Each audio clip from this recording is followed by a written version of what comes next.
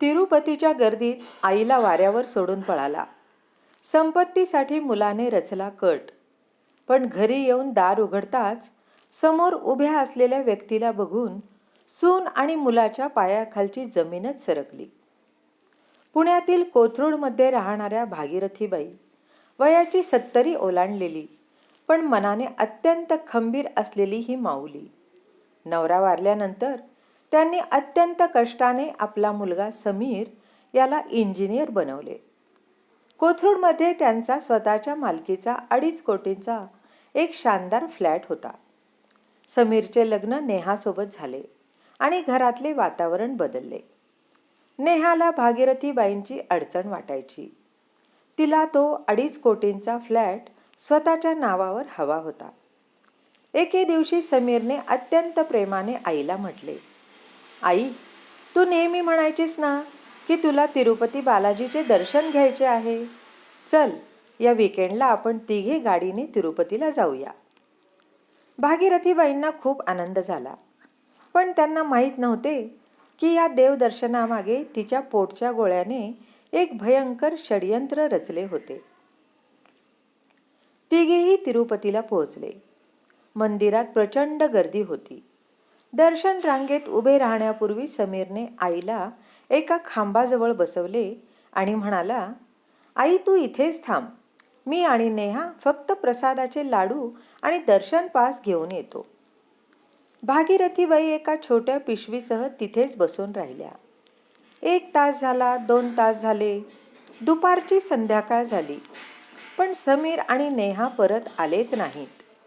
भागीरथीबाईंनी आजूबाजूला शोधले, पण ते कुठेच नव्हते.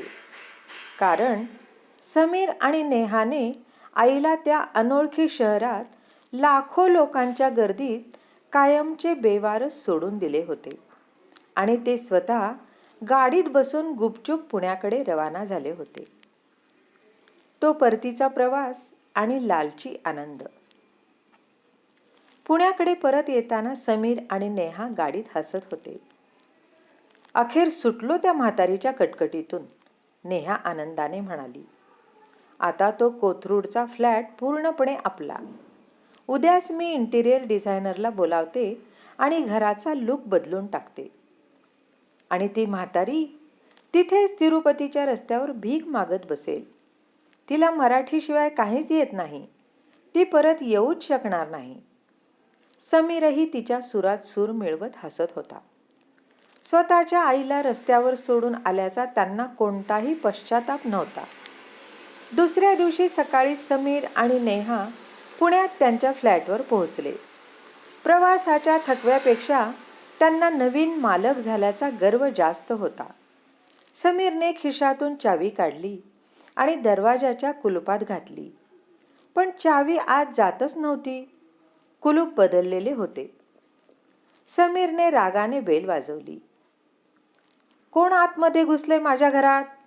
समीर चिडून ओरडला. पुढच्याच सेकंदाला दरवाजा उघडला आणि समोर उभे असलेले दृश्य बघून समीर आणि नेहाच्या पायाखालची जमीनच सरकली. त्यांचा श्वास अक्षरशः कोंडला गेला. दारात एक 6 फुटांचा, धिप्पाड पिळदार शरीराचा आणि कडक नजरेचा आर्मी ऑफिसर उभा होता. त्याच्या मागे त्याची पत्नी आणि 2 मुले सोफ्यावर बसून टीव्ही बघत होते आणि घरातले समीरचे सर्व जुने फर्निचर गायब झाले होते. तो सत्याचा स्फोट आणि घाबरलेला समीर. तुम्ही कोण आहात आणि माझ्या घरात काय करताय? बाहेर पडा आत्ताच्या आत्ता, समीर ओरडला. कर्नल साहेबांनी अत्यंत शांतपणे एक कायदेशीर फाईल काढली आणि समीरच्या तोंडावर भिरकावली. आवाज खाली ठेव पोरा. हे घर आता माझे आहे. 15 दिवसांपूर्वीच मी हे घर 2.5 कोटी रुपयांना भागीरथीबाईंकडून कायदेशीररित्या विकत घेतले आहे. समीरला भोवळ यायची वेळ आली. असं कसं होऊ शकतं? माझी आई तर कालच, म्हणजे ती तर, समीर अडखळला. कर्नल साहेबांनी एक टॅबलेट काढला आणि समीर समोर धरला. त्यात एक व्हिडिओ मेसेज प्ले होत होता. आणि स्क्रीनवर साक्षात भागीरथीबाई हसत होत्या. काय समीर, वाटलं ना तुझी म्हातारी आई मूर्ख आहे? अरे, ज्या आईने तुला जन्म दिलाय तिची बुद्धी तुझ्यापेक्षा 4 पावलं पुढेच असणार ना, भागीरथीबाई व्हिडिओत सांगत होत्या. तू आणि तुझी बायको मला घरातून काढायचा कट रचत होतात हे मी महिनाभरापूर्वीच ऐकले होते. मी रडत बसले नाही. मी गुपचूप एका इस्टेट एजंटला गाठले आणि हा फ्लॅट कर्नल साहेबांना विकला. तिरुपतीचा प्लॅन तुझा नव्हता, तो माझा होता. जेणेकरून तू घरातून बाहेर पडशील आणि कर्नल साहेबांना शांततेत ताबा घेता येईल. जेव्हा तू मला तिरुपतीच्या मंदिरात सोडून पळालास ना, त्याच्या पुढच्याच 10 मिनिटात माझा वकील तिथे एका VIP दर्शन पास आणि विमानाच्या तिकिटासह हजर होता. मी आरामात बालाजीचे VIP दर्शन घेतले आणि विमानाने परत आले.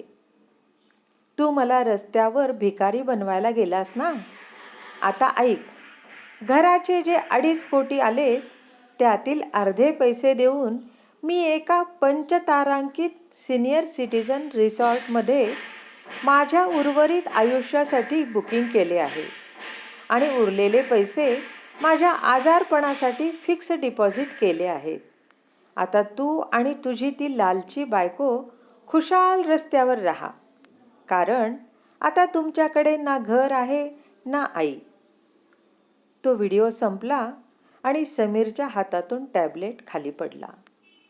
तो अक्षरशः फरशीवर गुडघ्यावर कोसळला. ज्या आईला त्याला रस्त्यावर आणायचे होते ती आई 2.5 कोटी रुपये घेऊन राजेशाही आयुष्य जगायला निघून गेली होती आणि हा करोडपती मुलगा एका सेकंदात भिकारी झाला होता. नेहाने ढसाढसा रडत कर्नल साहेबांचे पाय धरले. सर, आमचं आतमध्ये सामान आहे, कपडे आहेत, ज्वेलरी आहे, ते तरी घेऊ द्या. कर्नल साहेब कडक आवाजात गरजले.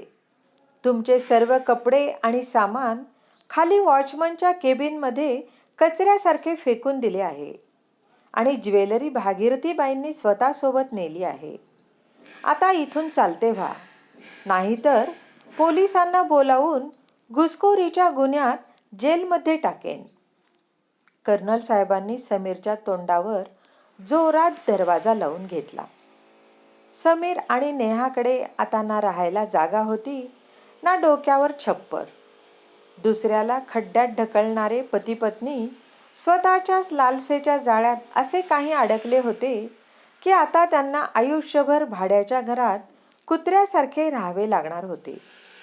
आई म्हणजे फक्त त्याग आणि रडारड नाही, ती वेळ आल्यास बापाचाही बाप बनून अशी काही अद्दल घडवू शकते की लालची लोकांची उरली सुरली इज्जतही मातीत मिळते.